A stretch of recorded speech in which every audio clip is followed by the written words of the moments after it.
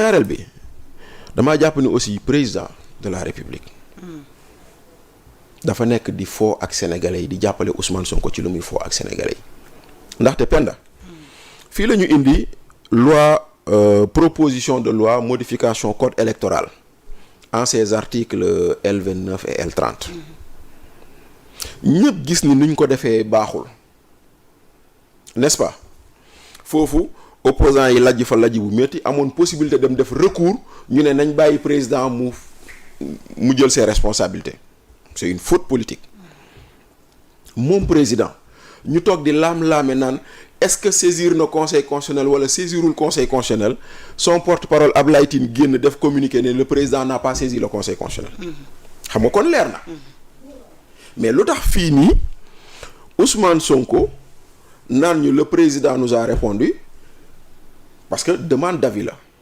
demande d'avis bi nag ñetti tontu lay doon waaw ànd naa ci li ngeen bëgg a def déet ànduma ci li ngeen bëgg a def wala ànd naa ci li ngeen bëgg a def si kaw ngeen dindi lii ak lii ak lii wala ngeen soppi lii ak lii ak lii. waaw ñun loolu yu amuñu ci lu ñu leer. très bien. parce que gisuñu avis bi. très bien gisuñu avis bi mais kii ku mën a toog ñu ne président saisir na conseil constitutionnel nga weddi ko lu tax boo defee avis doo ko wax sénégalais yi foofu laa la naa ne Diomaye day foo ak sénégalais yi pourquoi moom ses services n'expliquent pas lan moo nekk ci avis bi. ku mu neex am lu njort bu la neex am na ñoo xam ne njort nañ ni l'avis est défavorable parce que Ousmane Sonko ni ma ko xamee si l'avis était favorable xëy na wax na ko parce que la wax il revient au président de la République de s'expliquer sur son avis. mais déggoo ko tamit mi ngi préciser ni si la loi est si le projet est adopté président mënu ci aimer mënu ci sax supprimer ay virgule. waaw d'accord si le non si le projet est adopté le président mënu ci supporter ay virgule mais pour la promulgation le président peut choisir la voie du référendum. waaw. le président peut choisir le président peut choisir la voie du référendum benn waa xaaral ñaareel bi le président peut demander l'avis du conseil constitutionnel avant promulgation si le conseil constitutionnel dit le projet n'est pas conforme à la constitution on met à la poubelle kon c'est pas là n'est pas le problème donc chacun est dans ses prérogatives mais dama jàpp ni le jeu qu'on est en train de voir se dérouler c'est un jeu sale.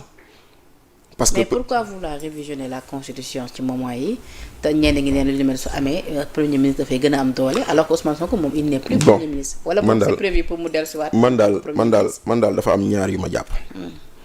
benn bi président de la république ba ñuy waxu article L29 L30 ci interview bu ñu ko def ba mu defoon ak média yi newoon na lii bu ñu demee révision constitutionnelle dinañ ko soppi. do xam nga loolu la waxoon kon. nit ñi ñu ngi xaar mu soppi L29 ak L30 bii nga xam ne député yi dañ ko defar taaye ko habillé ko pour Ousmane Sonko maintenant mu mel ni ñoom député yi bëgguñu ñu laal seen révision boobu noonu ñu jéem a court-circuiter le président dans ses projets de réforme parce que président de la République dafa génnee 4 avant-projets de réforme 4 avant-projets yoo xam ne da ko génnee teg ko ci table bi wax lu muy wax expliquer ñu jël projet de avis yooyu noonu yóbbu ko conseil constitutionnel. conseil constitutionnel kenn kon ñu doon xaar initiative bi président porté ko. moo tax may la fu mu toll nii ñoom dañuy politique yi di foowee suñu ay institutions. premier ministre dafa war a fort wala premier ministre dafa war a faible. loolu c'est dans la nature du régime qu'on a au Sénégal est-ce qu'on veut aller vers un régime présidentiel ou est-ce qu'on veut aller vers un régime parlementaire. parce que li ma gis nii c'est les contours d'un régime parlementaire parce que nee nañ premier ministre mooy définir la politique de la nation en accord avec le président alors que ñun constitution bu ñu am dafa ne président mooy définir politique de la nation premier ministre moo koy appliquer si biir ni ñu ne le président nomme aux emplois civils et militaires fii dañu ne les emplois militaires bàyyi nañ ko président mais premier ministre am na possibilité nommer aux emplois civils. est-ce que xel mën na nangu dans ce cas-là si ce projet est adopté Sonko delluwaat. non mais xam nga xel mën na. xanaa kay duñu adopté projet bi nga xamante ni moom. xam nga lu xel mën a nangu. moo di ni effectivement on a l'impression que on veut continuer à nous maintenir un bicéphalisme à la tête de l'exécutif.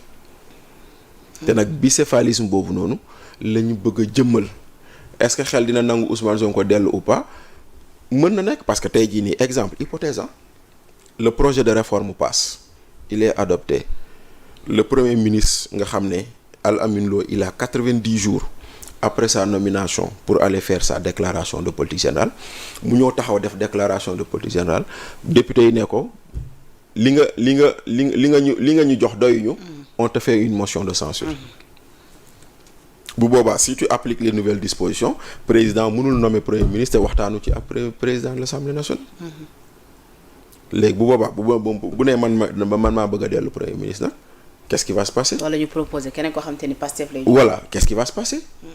donc attention à ce que nous sommes en train de voir. moo tax nag quelque part ñii si noppi waxuñu dara ñii seetaan moo tax ma naan on est en train de jouer avec nos institutions.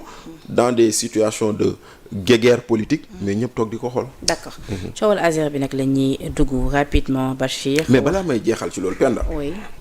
sànq yaa ngi doon wax waxu FMI ak Banque mondiale. gis naa démb ci guddi en plein match pendant que les gens étaient concentrés sur le match du Sénégal un communiqué du ministère de l'économie et des finances sorti presque ay guddi pour démentir Serigne Gueye Diop. waaw moo tax ma gis tey ñu ne coow dafa am ci diggante. waaw Diba ak Serigne Gueye Diop. waaw Serigne Gueye Diop dañ ko invité RTS ci émission Point de Vue mu naan bu waree dem ci restructuration de la dette bu ñu ko bañ le Sénégal y aller et cetera. ñoom ministère des finances ñu def seen communiqué ñu ne Serigne Gueye Diop lu mu wax opinion am la et que la seule information valable bu war a génn ñun ñoo ko war a génnee. Penda ça c'est ce qu'on appelle de la cacophonie gouvernementale. parce que solidarité gouvernementale amu fa. j'ai pas compris nag parce que boobu maa ngi concentré woon ci coowal match bi. parce que lu dossier bu sensibilité nii ndaxte tey jii. musiba yu ñu dal Sénégal yëpp dette cachée moo ñu ko waral dette cachée bu amul ñu dugg ci un cycle d'endettement boo xam ne tey jii nii toll nañ foo xam ne bor bi daf ñoo xoj ñu war a xool nu ñuy génnee ci bor boobu noonu mu am ñenn ñoo xam ne dañoo jàpp ni pour ñu génn ci bor boobu noonu dañoo war a dem ci restructuration nag c'est un gros mot qui ne veut rien dire à la réalité daa mel ni yow tey nga am bor ci sa banque ñu la war a fayeeku 100 000 par mois wala 200 000 par mois nga dem ba gis ni 200 000 yooyu ngay fay dafa dis yoo nga dem ne banque bi dañoo waxtaan kaay ñu waxtaan mënatuma la fay 200 000 50 000 laa mën léegi nag fu bor bi waroon dem ci benn at ñu ne léegi bor bi dañ koy pousse si ñaari at wala si ñetti at c'est ça la restructuration mais malheureusement nag si tu entres dans le cycle de la restructuration mën na am na loo xam ne doo ko mën ça c'est vrai.